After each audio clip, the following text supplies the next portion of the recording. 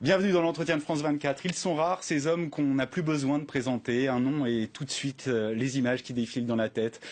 Drogba, le foot, l'Afrique, la Côte d'Ivoire, Chelsea, Marseille, la Ligue des Champions. Bienvenue Didier Drogba à France 24. Merci. On est ravis de vous accueillir aujourd'hui.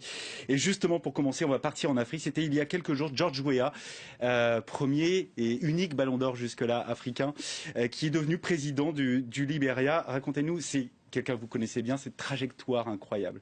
Oui, alors Georges, c'est un grand frère et puis j'ai suivi son parcours.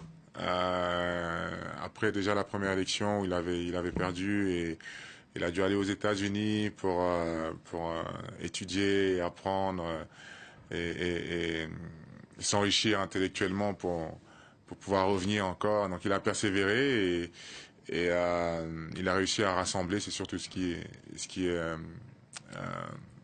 à mettre en avant, c'est Georges a réussi, Monsieur le Président George Weah maintenant a réussi à rassembler le peuple libérien derrière lui et c'est vraiment une grande satisfaction. Je suis vraiment très très très heureux pour lui. Et vous avez quelques points en commun. Il y a le foot évidemment, mais il y a l'engagement.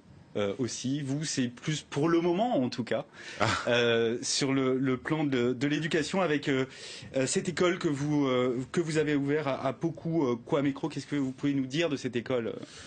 Effectivement, c'est dans une zone cacaoyère, donc les enfants vont souvent au champ et en construisant cette école, on s'est dit que on a plus de chances de les attirer vers les bancs que dans les champs de cacao et surtout changer leurs conditions de vie. L'endroit où ils étudiaient avant était catastrophique. Et donc, pour leur permettre justement d'apprendre dans de meilleures conditions et essayer d'avoir un avenir meilleur, mais on les met dans ces conditions-là, dans des classes plus fraîches, avec des professeurs qui vont vraiment les aider dans leur évolution. Alors en tant qu'icône du foot ivoirien, est-ce que vous sentez cette mission qui vous incombe justement de participer aussi au développement, à l'éducation, à promouvoir l'éducation en Côte d'Ivoire? C'est pas une mission vraiment qu'on m'a donné. C'est juste un constat que j'ai fait. Et je me suis dit, je dois apporter un petit peu ma contribution au développement de mon pays. Et pour moi, aujourd'hui, le meilleur moyen de le faire, c'est par la santé et par l'éducation. Alors on est en année de Coupe du Monde, Didier, une Coupe du Monde qui se jouera pour la première fois depuis 2200.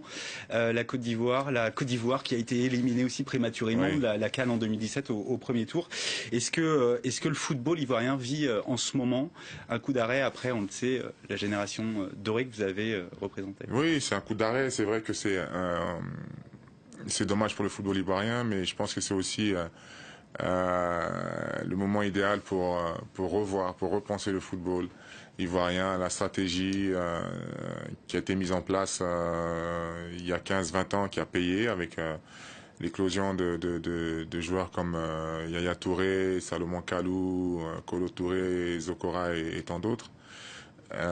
Aujourd'hui, cette génération-là arrive à terme, donc et on n'a pas anticipé ce qui va se passer dans les 10-15 prochaines années. Donc ça donne ce genre de moment-là, mais bon, on va se relever. Qu'est-ce qui manque aujourd'hui aux sélections ivoiriennes pour rivaliser avec les meilleurs? Je pense qu'il manque un peu plus d'équipes africaines en Coupe du Monde. Il faut savoir qu'il y a encore très peu de temps, on n'avait que 5 équipes en Coupe du Monde comparé au continent européen qui avait bien plus d'équipes. Donc forcément, si on augmente le nombre d'équipes, bon, au niveau, c'est un calcul très simple à faire. On a plus de chances de se retrouver en quart de finale, en demi-finale et peut-être en finale.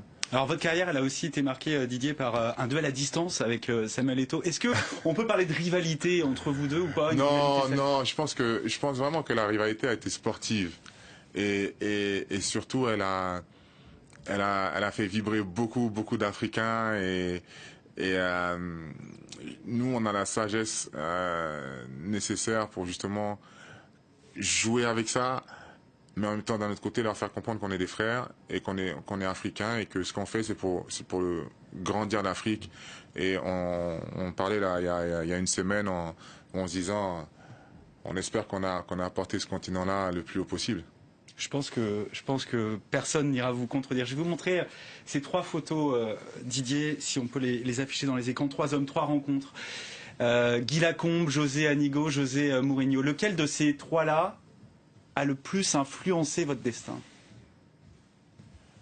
Ils l'ont tous d'une manière ou Guy d'une Lacombe autre. à Guingamp, José Anigo à Marseille. Oui, José Guy Mourinho Lacombe à Guingamp parce Chelsea. que je suis remplaçant en deuxième division et le mec, il dit, c'est lui que je veux pour remplacer Fabrice Fiorez qui cartonnait en plus à l'époque, qui part au PSG. Donc moi j'arrive de deuxième division dans un club qui lutte pour le maintien en première division. Et on se maintient et lors de cette dernière journée, il dit sur les écrans, il dit lors d'une interview que va falloir suivre. Il y a 2 joueurs qu'il va falloir suivre, Florent Malouda et Didier Drogba. Et puis, il s'est pas trompé, donc il avait le flair. Mais José ensuite. J'aurais mis aussi Alain Perrin. Marseille. Ça n'a pas été long, mais j'aurais mis aussi Alain Perrin parce que les deux, à leur manière, m'ont aidé dans mon apprentissage très très très rapide. Et ce sont ces 2 personnes-là qui m'ont permis ensuite de prendre mon courage à 2 mains et d'aller avec quelqu'un comme José Mourinho qui vous passe un coup de fil un jour. Comment ça s'est passé justement ce passage de Marseille à Chelsea? Comment ça s'est concrétisé? J'étais déjà à Marseille et on joue un match de Ligue des Champions contre Porto. Et donc je marque en première mi-temps et je les fatigue bien comme il faut. Et il y a le coach avant la deuxième mi-temps qui vient me demander si j'ai pas un cousin ou un frère qui joue comme moi en Côte d'Ivoire. Je dis non, mais il y en a beaucoup, ils sont bien meilleurs que moi. Donc ça a été le premier contact. Et ensuite, lorsqu'il a eu la chance de rejoindre Chelsea, le premier joueur qu'il a voulu recruter, c'était moi. Donc ça a été difficile pour moi de quitter l'OM. Mais au final, quand je m'assois et que je fais le bilan de cette belle carrière, je pense que c'était au final une bonne décision. Un premier passage à Chelsea 2004-2012, il y en a eu un autre entre 2014 et 2015. Des années assez prolifiques, 4 titres de champion, 2 fois meilleur buteur de Première Ligue. Il y a 4 cups également, une Ligue des Champions évidemment. Est-ce que vous pensiez en arrivant à Londres que vous alliez laisser une telle trace à Chelsea? Vous avez été désigné joueur du siècle de ce club-là londonien et une telle trace également en Première Ligue. C'est-à-dire que les 2 premières années, je pensais à partir. Parce que j'étais pas à l'aise, je m'étais pas encore bien adapté à la vie londonienne et à ce football. Mais avec l'aide de mes coéquipiers, de l'entraîneur et de mon environnement, je me suis accroché, puis on a réussi à faire de belles choses. On dit de vous aussi que vous êtes un joueur comme ça de grands matchs. Le terme anglais c'est big game player. Et il y a une résistance à la pression. Est-ce que ça, vous l'avez travaillé ou c'était quelque chose d'inné pour vous? Je peux dire que c'est inné, dans la mesure où, déjà tout petit, je m'imaginais, je plaçais le ballon, on jouait sur le trottoir, je place le ballon, dernier coup franc, dernier penalty devant 60 000 spectateurs, on s'imagine, on sait déjà un scénario, donc déjà tout petit, on essaie de le vivre. Alors, dans ces moments-là, en fait, je joue au football pour ces moments-là. Donc, quand plus il y a du monde, plus je m'exprime et plus je suis performant. La Côte d'Ivoire, la France, l'Angleterre, la Chine, la Turquie, le Canada, les États-Unis. Qu'est-ce que vous retenez de cet incroyable parcours d'Didier Drogba? Le football est universel. C'est l'opium du peuple. Voilà. Un regret dans votre carrière? Non, au contraire. Si, un regret, c'est que ça se termine déjà. Vous avez fait partie, vous avez été peut-être le porte-drapeau de cette génération dorée avec la Côte d'Ivoire, de ne pas avoir remporté la CAN, justement. Non, c'est pas un regret. Je pense qu'il y a dans la vie, il faut savoir laisser la place. Il faut partir au bon moment. Et je suis parti, pour moi, au meilleur moment. Parce que je ne voulais pas faire l'année de trop. parce qu'il y avait des jeunes qui étaient là, qui poussaient, qui avaient envie de jouer, qui avaient besoin d'éclore. Donc, à un moment donné, c'est un sport collectif, il ne faut pas penser qu'à soi. Il faut s'effacer et puis leur donner la chance de s'exprimer. Et c'est en s'exprimant comme ça qu'on a réussi à gagner la CAN. Mais cette CAN-là, ils ne l'ont pas gagnée en 2015. Ils l'ont gagnée parce qu'on a fait 2006, 2008, 2010, 2012, 2013 et toutes ces Coupes du Monde-là. Donc ils sont arrivés et ils étaient là au bon moment.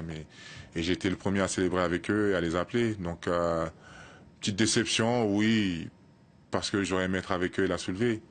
Et qu'on a vécu pas mal de moments ensemble, mais non, zéro regret. Ça va malheureusement être l'heure bientôt de se quitter, Didier. Juste une dernière question, peut-être un message que vous aimeriez adresser à ces jeunes footballeurs ivoiriens qui rêvent un jour de vous imiter. Quels conseils vous leur donneriez pour éviter tous les pièges qui sont tendus justement aux footballeurs, parfois africains, aux jeunes africains? Moi, je pense qu'il y aurait beaucoup de choses à dire, mais je pense que la base pour moi, c'est l'éducation. Ça va s'exprimer, savoir comprendre un contrat, jouer au foot avec sa tête. Les gens me voient à la télé, ils se disent ouais, physiquement c'est costaud, il est fort, il est dur dans les duels, mais je joue au football avec ma tête plus qu'autre chose.